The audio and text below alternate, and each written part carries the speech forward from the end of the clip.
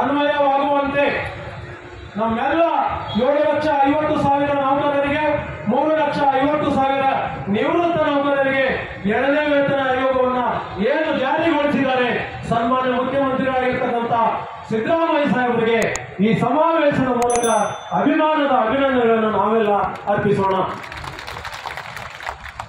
ಸನ್ಮಾನ್ಯ ಮುಖ್ಯಮಂತ್ರಿಗಳು, ದೀನದಲಿತರ ಬಂಧುಗಳು, ನೌಕರ ಬಂಧುಗಳು, ಸಮಾಜದ ಏಳಿಗೆಗಾಗಿ ಕಟ್ಟಕಡೆಯ ವ್ಯಕ್ತಿಗೂ ಸರ್ಕಾರದ ಯೋಜನೆಗಳು ತಲುಪಬೇಕು ಅನ್ನುವಂತ ಯೋಜನೆಗಳನ್ನು ಮಾಡ್ತಾ ಇದ್ದಾರೆ.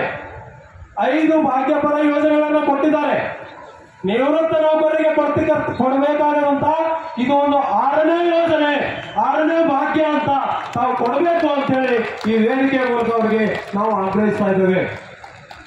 ಸನ್ಮಾನ್ಯ ಮುಖ್ಯಮಂತ್ರಿಗಳೇ, ನಾವು ನಿರಂತರವಾಗಿ ಉಸಿರಿರುವವರೆಗೂ ನಮಗೆ ಇಷ್ಟು ವೇತನ ಹೆಚ್ಚು ಮಾಡಿ ಅಂತ ಕೇಳ್ತಾ ಇಲ್ಲ, ಬಾಕಿ ವೇತನವನ್ನು ಕೇಳ್ತಾ ಇಲ್ಲ. 1 ಟೈಮ್ ಸೆಟಲ್ಮೆಂಟ್ ಒಂದೇ ಬಾರಿ ಕೊಡ್ತಕ್ಕಂಥದ್ದು, ಒಂದು ಬಾರಿ ನಮಗೆ ಕೊಟ್ಬಿಡಿ.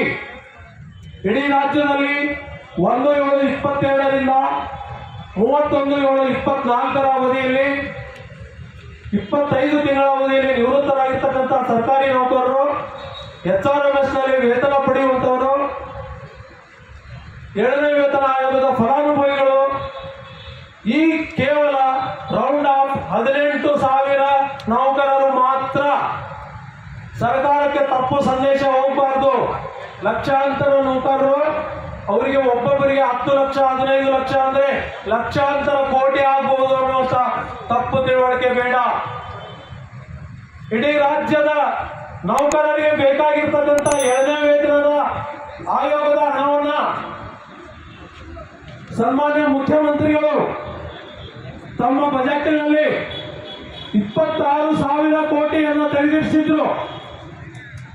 ಆ 26,000 ಕೋಟಿಯಲ್ಲಿ 1/8 ಅವರು ಅನ್ವಯ ಮಾಡಿರೋದ್ರಿಂದ ಅಲ್ಲಿ ಇನ್ನೂ 21,000 ಮಾತ್ರ ಹೋಗಿದೆ.